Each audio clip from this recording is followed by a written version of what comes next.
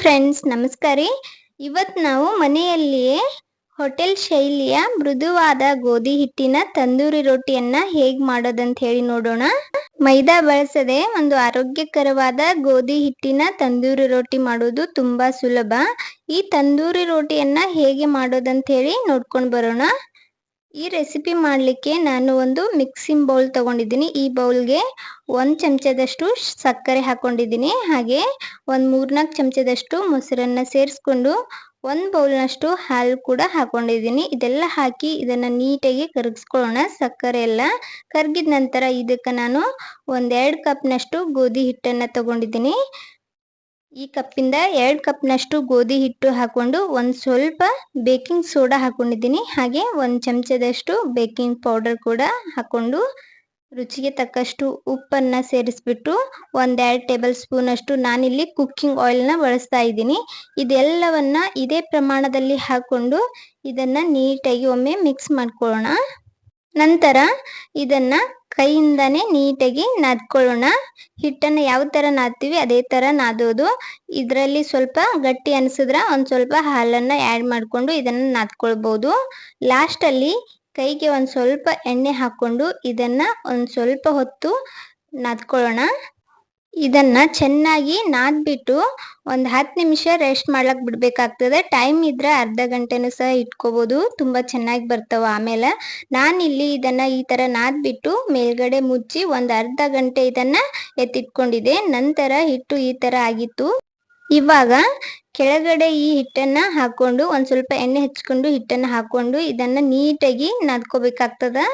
ಎಷ್ಟು ಚೆನ್ನಾಗಿ ಇದನ್ನು ನಾದ್ಕೊಳ್ತೀವಿ ಅಷ್ಟು ಚೆನ್ನಾಗಿ ತಂದೂರಿ ರೊಟ್ಟಿ ಸಹ ಬರ್ತದೆ. ಇದನ್ನು ಈ ಥರ ನೀಟಾಗಿ ನಾದ್ಕೊಂಡು ಉಳ್ಳೆಗಳಾಗಿ ಮಾಡಿ ಇಟ್ಕೊಳ್ತೀನಿ. ನೋಡ್ಬೋದು ಹಿಟ್ಟು ಎಷ್ಟು ಚೆನ್ನಾಗಿ ಆಗಿದೆ. ಇವಾಗ ಸ್ಮೂತ್ ಆಗಿ ಇರಬೇಕು ಹಿಟ್ಟು, ತುಂಬ ಗಟ್ಟಿ ಕೂಡ ಇರಬಾರ್ದು. ನಾನಿಲ್ಲಿ ಸ್ವಲ್ಪ ಕರೋಂಜಿ ಸೀಡ್ಸನ್ನು ಆ್ಯಡ್ ಮಾಡ್ತಾ ಇದ್ದೀನಿ. ಹಾಗೆ ಇದ್ರ ಮೇಲ್ಗಡೆ ಸ್ವಲ್ಪ ಕೊತ್ತಂಬರಿ ಹಾಕ್ಕೊಂಡು ಇದನ್ನು ತೀಡ್ಕೊಳ್ಳೋಣ. ಯಾವ ಶೇಪ್ ಬೇಕಾದ್ರೆ ಮಾಡ್ಕೋಬೋದು, ಉದ್ದನೆ ಕೂಡ ಮಾಡ್ಕೋಬೋದು, ಇಲ್ಲಾಂದರೆ ಗುಂಡಾಗಿ ಸಹ ಇದನ್ನು ತೀಡ್ಕೊಳ್ಬೋದು. ನಾನಿಲ್ಲಿ ಉದ್ದಾಗಿ ಇದನ್ನು ಲಟ್ಟಿಸ್ಕೊತಾ ಇದ್ದೀನಿ. ಈ ಥರ ಲಟ್ಟಿಸ್ಕೊಂಡು ಅದನ್ನು ಕೈ ಮೇಲ್ಗಡೆ ಹಾಕ್ಕೊಂಡು ಹಿಂದಿನ ಸೈಡ ಸ್ವಲ್ಪ ನೀರು ಹಚ್ಕೊಂಡು ಅದನ್ನು ಹಂಚ್ ಮೇಲ್ಗಡೆ ಹಾಕ್ಕೊಳ್ಳೋಣ. ನೀರು ಹಚ್ಚಿದ್ದು ಹಂಚ್ ಮೇಲೆ ಆಗಬೇಕು. ಇವಾಗ ನೀಟಾಗಿ ಹಿಂದಿಂದು ಫ್ರೈ ಆದ ನಂತರ ಮುಂದಿನ ಭಾಗವನ್ನು ಈ ಥರ ಗ್ಯಾಸ್ ಆಗಲಿ ನೀವು ಎದ್ರ ಮೇಲೆ ಮಾಡ್ತೀರಿ ಶಾಖಕ್ಕೆ ಹಿಡಿದ್ರೆ ಹೋಟೆಲ್ನಲ್ಲಿ ಆಗೋ ಥರನೇ ತಂದೂರಿ ರೊಟ್ಟಿ ರೆಡಿ ಆಗ್ತದೆ. ನಾನಿಲ್ಲಿ ಇನ್ನೊಂದು ತೋರಿಸ್ತಾ ಇದ್ದೀನಿ. ಒಂದು ಉಳ್ಳೆ ತಗೊಂಡು ಅದ್ರ ಮೇಲೆ ನಾನು ಕರೋಂಜಿ ಸೀಡನ್ನು ಹಾಕ್ತಾ ಇದ್ದೀನಿ. ಇದನ್ನು ಸ್ಕಿಪ್ ಕೂಡ ಮಾಡ್ಬೋದು, ಬರೀ ಈ ಥರ ಕೊತ್ತಂಬರಿ ಹಾಕ್ಕೊಂಡು ಸಹ ಮಾಡ್ಕೊಳ್ಬೋದು. ನಾನಿಲ್ಲಿ ಸ್ವಲ್ಪ ಕರೋಂಜಿ ಸೀಡ್ ಕೊತ್ತಂಬರಿನ ಹಾಕೊಂಡಿದ್ದೀನಿ. ಇವಾಗ ಇದನ್ನು ಲಟ್ಟಿಸ್ಕೊಳ್ಳೋಣ. ನಾನು ಇದನ್ನು ರೌಂಡಾಗಿ ಲಟ್ಟಿಸ್ಕೊತೀನಿ. ನಿಮ್ಗೆ ಯಾವ ಥರ ಬೇಕಾಗ್ತದೆ ಆ ಥರ ಲಟ್ಟಿಸ್ಕೋಬೋದು. ಮೊದಲನೇದು ನಾನು ಉದ್ದಾಗಿ ಲಟ್ಟಿಸಿ ತೋರಿಸಿದ್ದೆ. ಇವಾಗ ರೌಂಡ್ ಆಗಿ ಇದನ್ನ ಲಟ್ಟಿಸ್ಕೊತಾ ಇದ್ದೀನಿ. ಸ್ವಲ್ಪ ತೆಳುವಾಗಿ ಲಟ್ಟಿಸ್ಕೋಬಹುದು, ತುಂಬಾ ದಪ್ಪ ಲಟ್ಟಿಸಕ್ ಹೋಗ್ಬೇಡ್ರಿ, ಪೂರ್ತಿ ತೆಳ್ಳಗೂ ಕೂಡ ಲಟ್ಟಿಸ್ಕೋಕ್ ಹೋಗ್ಬಾರ್ದು. ಇವಾಗ ಒಂದ್ ಸೈಡ್ ನೀರಿನ ಅಂಶ ಹಚ್ಬಿಟ್ಟು ಹಂಚಿನ ಮೇಲ್ಗಡೆ ಹಾಕೊಳ್ಳೋಣ. ಹಾಕಿದ ನಂತರ ಒಂದ್ ಸೈಡ್ ಇದನ್ನ ಬೇಯಿಸ್ಕೋಬೇಕಾಗ್ತದ. ಈ ತರ ಮೇಲ್ಗಡೆ ಬೇಯ್ದಿದೆ ಅಂತ ಅನ್ಸ್ದಾಗ ಈ ತರ ಉಲ್ಟಾ ಹಿಡ್ದು ಅದನ್ನ ಶಾಖಕ್ಕೆ ಹಿಡ್ದು ಬೇಯಿಸ್ಕೋಬೇಕಾಗ್ತದ. ಲಾಸ್ಟ್ ಅಲ್ಲಿ ಇದಕ್ಕೆ ಒಂದು ಸ್ವಲ್ಪ ನಾನು ಇಲ್ಲಿ ಬಟರ್ನ ಹಾಕ್ತಾ ಇದ್ದೀನಿ. ಬಟರ್ ಕೂಡ ಸ್ಕಿಪ್ ಮಾಡ್ಬೋದು. ಇವಾಗ ನೋಡ್ಬೋದು ಎಷ್ಟು ಚೆನ್ನಾಗಿ ಬಂದದ ತಂದೂರಿ ರೋಟಿ. ಹೋಟೆಲ್ ಕಡೆ ಇರ್ತದಲ್ಲ ಅದೇ ತರ ಕಾಣ್ಲತ್ತದ. ಉಳಿದಿರೋ ಹಿಟ್ಟನ್ನು ಸಹ ಎಲ್ಲನೂ ಇದೇ ತರ ಮಾಡ್ಕೊಳ್ಬೇಕಾಗ್ತದ. ನೋಡ್ಬೋದು ಮುಂದ್ಗಡೆನು ಎಷ್ಟು ಚೆನ್ನಾಗಿ ಬಂದದ, ಹಿಂದ್ಗಡೆ ಸಹ ನೀಟಾಗಿ ಬೇಯ್ತದ. ಎರಡು ಸೈಡ ನೀಟಾಗಿ ಬೇಯಿಸ್ಕೊಂಡು ಎಲ್ಲ ರೋಟಿನೂ ಇದೇ ತರ ಮಾಡ್ಕೊಳ್ಳೋದು.